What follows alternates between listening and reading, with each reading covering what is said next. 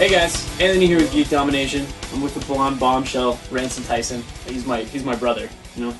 Yeah. See the similarities? Ooh. Yeah. He's also taller than me because he's got his goddamn boots on. My bad. Yeah. Anyway, we saw a movie called Crimson Peak. Yeah. It was a very interesting movie, yeah. It's Guillermo Del Toro's latest period piece romance kind of murder mystery horror movie? It's many things.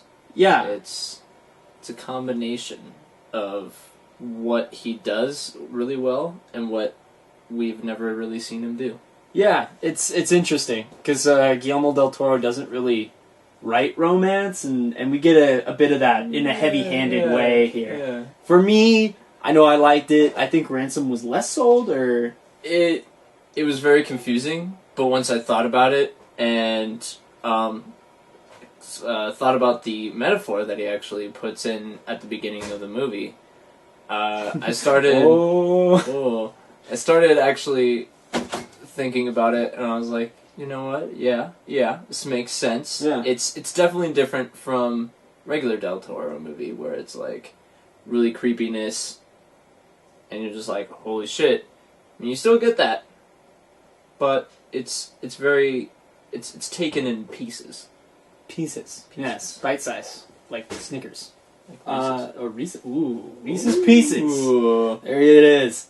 So pardon me while I look at my iPhone here, but I will never get this name right if I don't actually look at it. It stars Mia Wasikowska. I think I said that right. Mia Wasikowska as Edith, which is the lead role in the film. She's her character's really cool, really interesting. We also get Tom Hiddleston. He's his regular, Loki self here, pretty much. Quite a trickster. Ooh. Oh, yeah. Very, very nice. And he plays Thomas Sharp. We also have Jessica Chastain as his sister in the movie, Lucille Sharp.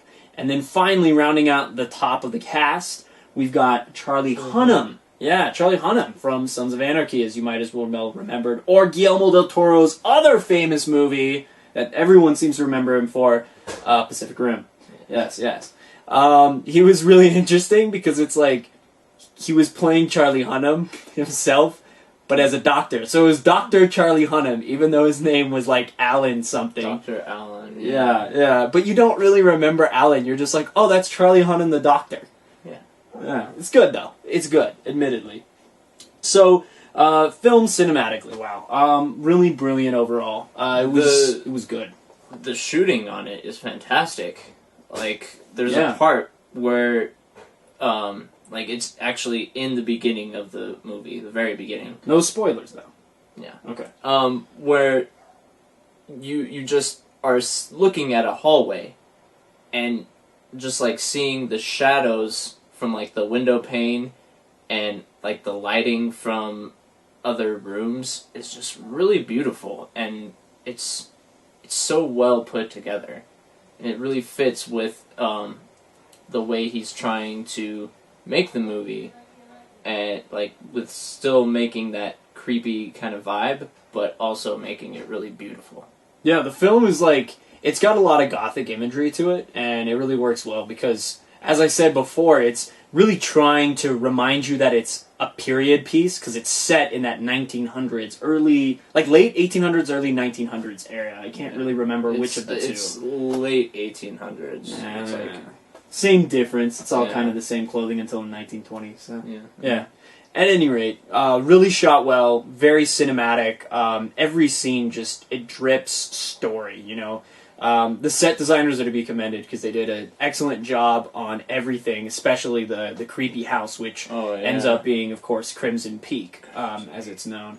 The color palette was also really, really good, but that's Guillermo Del Toro. He knows how to give you a great color palette, Red is red. Let me just tell you that. Yes. So that leads to the characters, and all of the characters I think were good. I really liked them all. I want to give a special shout out to Tom Hiddleston.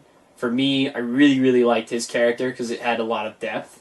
And I also liked Jessica Chastain as this creepy, crazy person at times. She's weird.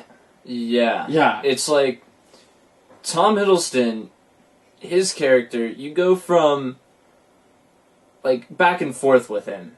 Kind of like in Thor, where you're like, okay, he's being really cool. And then maybe not so much sometimes. Yeah. And his sister is just completely nutty. Unsettling. Like, you see that the moment she's on screen, and it's seen throughout the entire movie, and it's really, really well put together, the characters and how they interact with each other. Right. Unfortunately, however, sometimes the plot suffers from this very convenient excuse, because like I said, it has some murder mystery elements as well, naturally. And the way they sleuth things really isn't sleuthing. It's just like, oh, this thing is over here, conveniently showed up and wasn't, like, taken care of, and they just stumbled upon it, it seemed, you know, for a lot of finding out what had happened in the past and the history of these ghosts that appear in the story. Yeah, it's definitely a lot of mystery at times, but Del Toro doesn't really put everything together as far as the mystery part of the movie. Yeah. Like, there are times where something happens and you're thinking in your head, well, why is this there?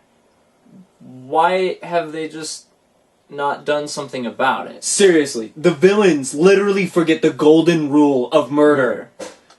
Dispose the evidence. Get rid of it. Why is it just chilling? They literally leave evidence just chilling around the house. In very plain sight. So it's incredible hubris. It's ridiculous. So I think that was a little bit of a detriment to the film overall. Ransom, did you have any other big problems with the movie? The only thing that I really wanted more of was, as you see, the main character, has ghosts, you know? Like, you see that in the trailers. Yeah, they come around her all the time. Yeah. And you'd think that by now, because of all of the ghosts she has seen, you'd think that she'd start interacting with them. And she kind of does, but you kind of wish for that more interaction, because it would have been really cool if you had gotten that mystery from her interacting with the ghosts and trying to understand what they are telling her. They never really explain these ghosts very well, unfortunately. Not until the end is when even that is just kind of like, oh, well, okay, yeah. That's definitely an issue, because, guys, when we come into the end here where we tell you if you should go see it or not, let me just spoil this for you. It's not really scary. It's not a horror movie, which is what the trailers really pitched it out to be.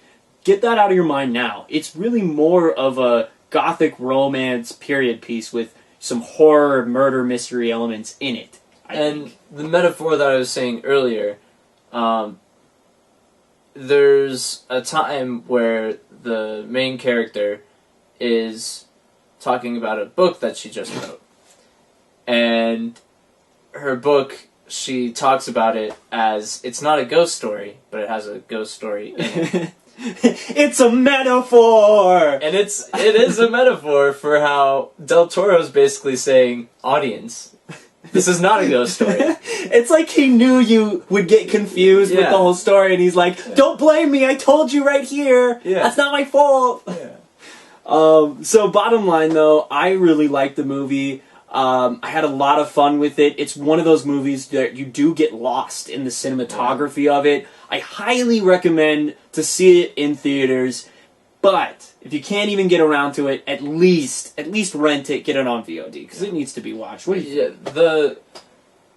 There's definitely still thriller parts in this. Like, I think you can't have a Del Toro movie without having that thrill ride. And that's definitely there at the end. And you definitely feel it. So yeah, I'd say this is a movie that if you're expecting something new and fresh from Del Toro, then you're going to be happy with it. Yeah. Very. Yeah. it's definitely, as we said, not a horror movie that we usually would see from Del Toro, but it's definitely got really good aspects of thriller, as well with an interesting story of romance and murder mystery. Yeah, betrayal too. Yeah. So anyway, guys, stay tuned for more. Go see Crimson Peak, and until next time, we'll see you later. See ya.